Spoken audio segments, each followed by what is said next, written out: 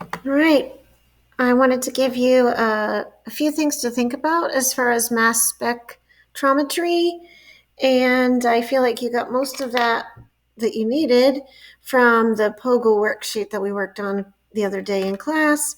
But this is a summary of what I hope you got out of that, because it's a very useful tool.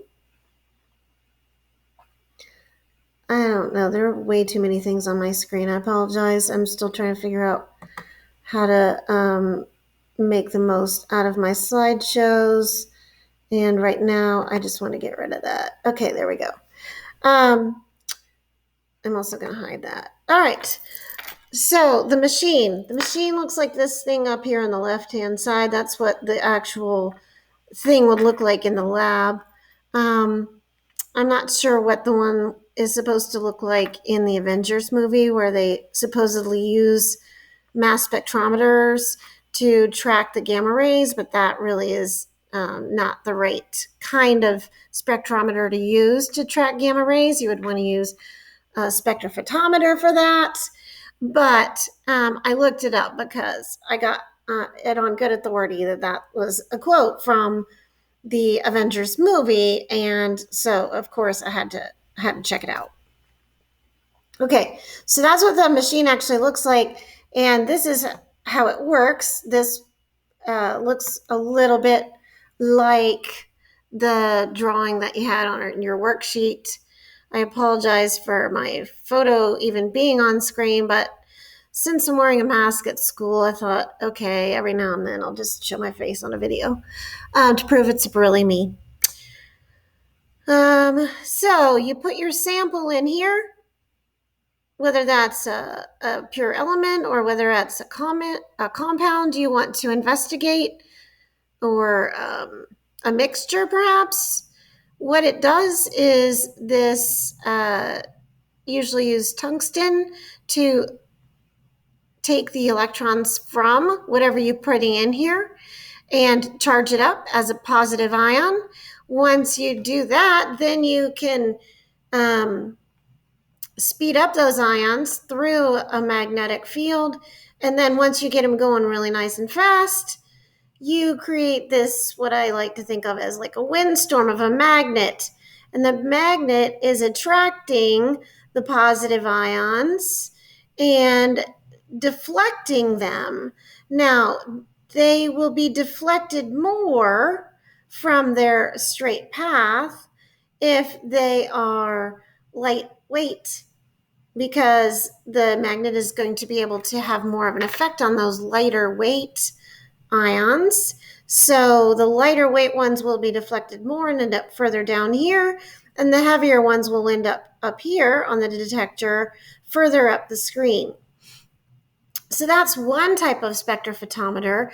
The other one would use a variable magnet and then just have one detector, and as the magnet gets stronger, the beam that gets through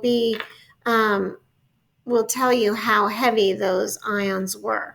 So as I say here, the magnet can be varied to collect all the different mass particles in the sample over time. That's what we looked at on the worksheet. And a relative count is kept as the stream of ions hits the detector as the magnet is varied in strength. But you can also have a type of detector that can detect over a wide range, like this one is showing, where the magnet is just basically turned on at a given strength, and then the detector takes care of counting the relative abundance of the really heavy ones that end up here versus the lighter ones that end up down at the bottom. So that's the gist of how a mass spectrometer works. And this is what the readout looks like. So the heavy ones come out here near the top. The heaviest ions available were 204. And this was of a pure sample of an element. And I'm going to ask you to pause in a second and see if you can figure out what the element is. So the most came out at 202, and there's a pretty good chunk of them, about half as many at 201, If this is relative intensity at 100, this is more like 75, maybe 70.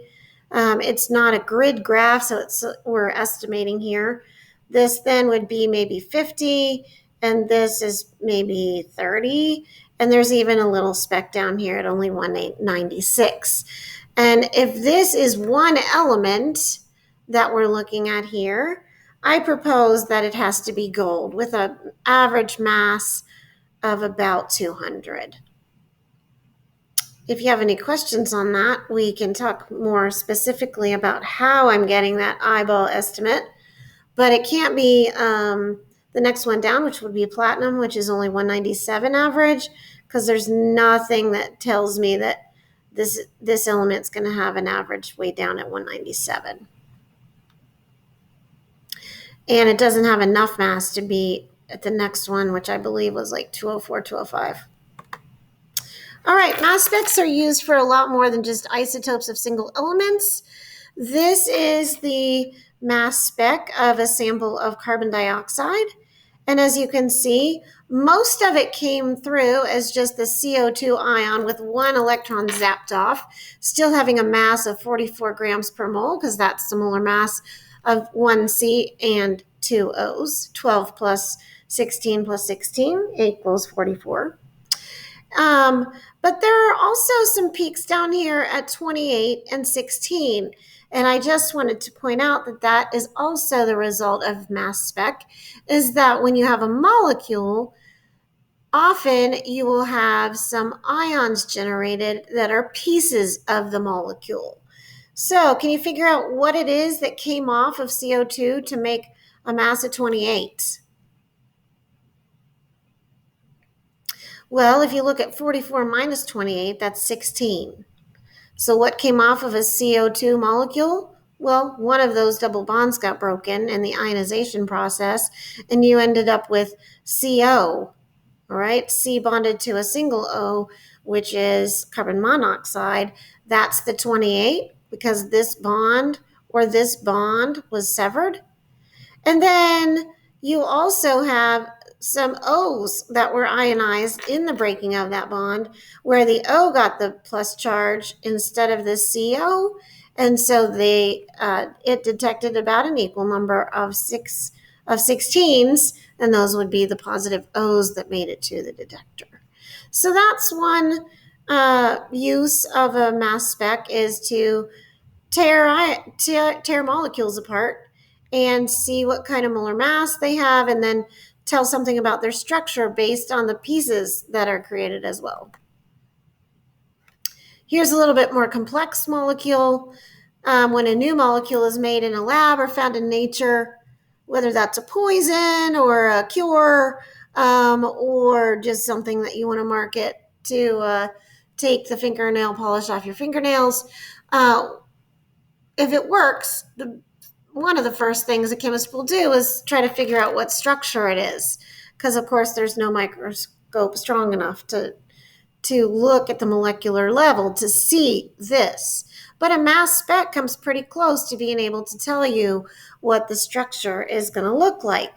So this molecule better weigh 87 grams per mole. And if a hydrogen comes off, it probably weighs 86. And what has to come off to go from 87 to 72? I'm thinking that guy right there. Looks like it's ripe for the taking. You just break that single bond and you've got a mass of 15 came off. 12 and 3 more makes 15. So that structure without that CH3 group would weigh 72. And so that tells us that there's probably a CH3 group in this molecule, and there it is. You can do some investigating and probably come up with a good proposed structure for what that 44 is representing as well, and maybe even that 58. So that's how to use mass spec and what it is and how it works.